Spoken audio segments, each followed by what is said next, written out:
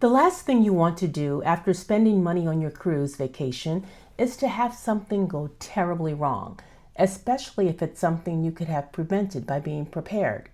But don't worry, in this video, I'm going to go over the top 8 things that can turn your dream vacation into a nightmare, so you know what to do to make sure it doesn't happen to you. Hi, I'm Rocky. I love cruising and sharing all of the tips I learned along the way with you to help make your next cruise your dream vacation. So, if finding out what not to do on your next cruise sounds like a good idea, then you're in the right place. So, let's get into it.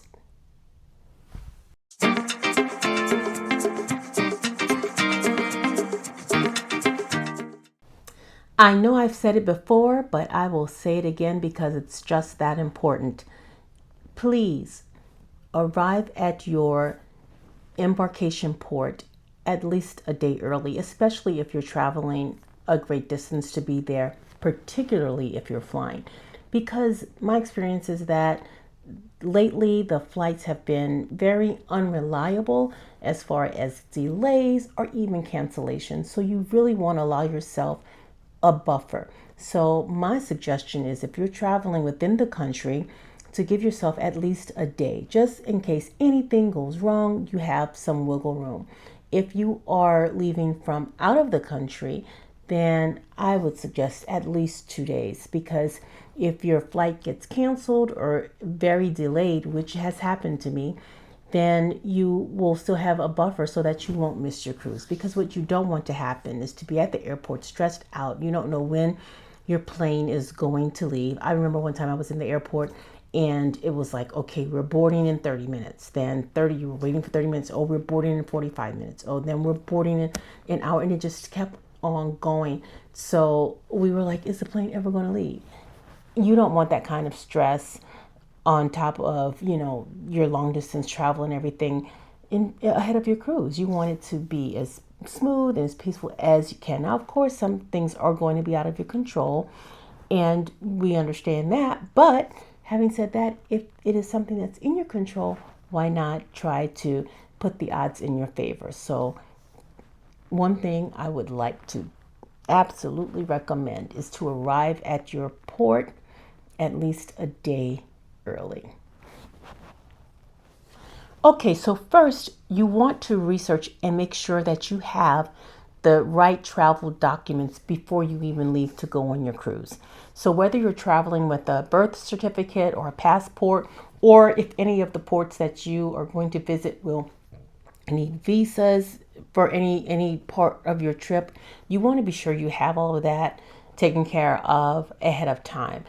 There are some new things in place now with the ETIS system and other things when you're traveling to Europe that you want to be sure of. If your cruise is leaving from there, you want to have all of those things in order. Now, having said that, once you make sure you have everything, you also want to make sure that you have it with you. And what I mean by that is, a lot of times we think, oh, well, I have my documents, I want to keep them safe and secure, I'll put them, pack them away in my luggage. Well, what happens when you get to your embarkation port? The first thing you're going to do is give your luggage to your porter. So then what? You don't have your documents. And so once you get into the terminal and you're asked for your passport or your birth certificate, then it sinks in like, oh, I don't have it with me. It's in my luggage. And where's your luggage? At that time, it would take a lot to find your luggage. So spare yourself that big headache. And what I do is just keep a little folder with me in my purse where I keep all of my documents. I keep my passport in there as well as my boarding pass for the cruise. Some cruises have a boarding pass. Some, like Princess, you might get a medallion ahead of time. Whatever it is, whether it's your medallion, keep that with you. If it's your passport and your boarding pass, keep those items with you on your person so that when you get into the terminal, you'll have everything that you need. So another thing that you're going to want to do is to check with your cruise line to see what items are prohibited from you bringing on board. And sometimes it might be things that you wouldn't even think of. I know one creature comfort that I like is a heated blanket. Unfortunately, these are not allowed on cruise ships because of the potential fire hazard. Of course, things like alcohol are limited. Some cruise lines, like I understand MSC, doesn't allow you to bring any alcohol on board. However, there are some like Carnival that allows you to bring a limited amount on, but you want to check with the cruise line to make sure that you're not exceeding that amount and that what you're bringing on meets their requirements. A lot of times those items will not be allowed, so you don't want to go through all of the trouble of packing them only to have your items confiscated once you get to your port. Now, a lot of times when your items are confiscated, they will hold them for you, and then at the end of the cruise you can go and pick them up. But just to you'd rather be safe than sorry, so I suggest that you really just check with your cruise line and make sure that everything is in compliance.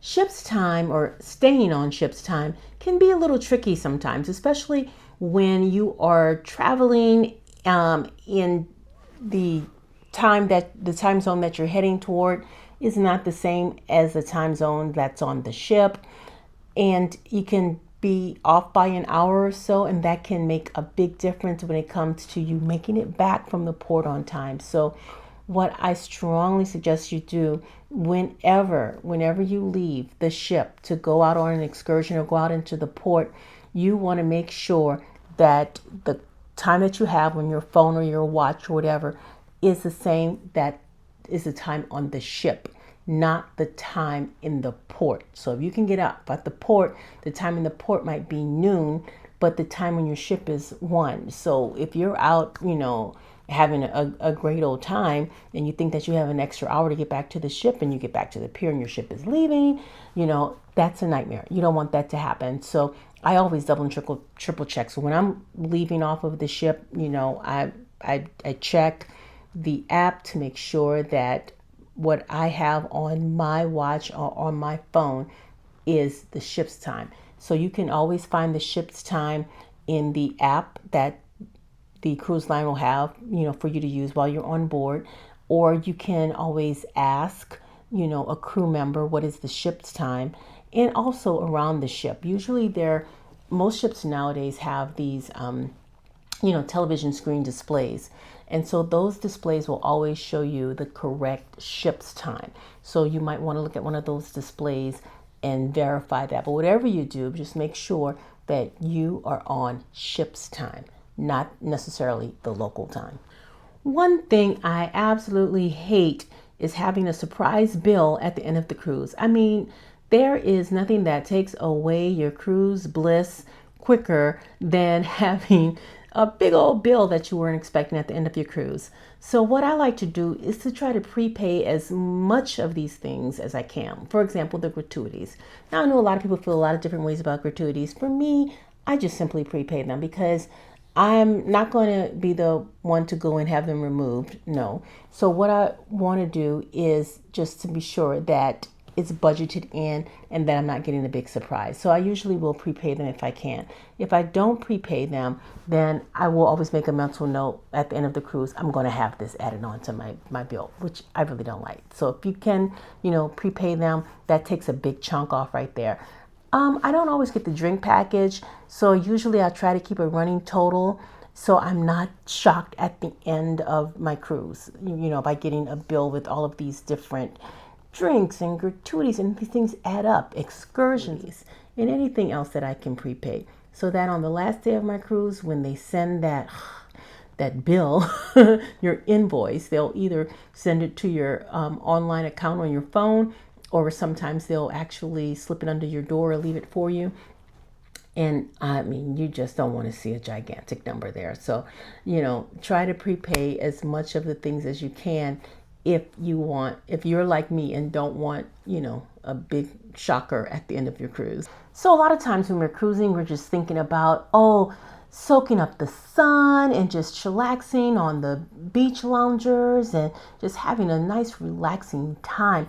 And all of that is going to happen. However, pack your patience, because especially on your embarkation and disembarkation days, you are going to need a little bit of patience. No, I'm sorry. You're going to need a lot of patience, because that's just when everybody is moving the same way at the same time. So there's really no avoiding it. You're going to have to wait for elevators on day 1, and it's going to just be you know, it's going to try your patience.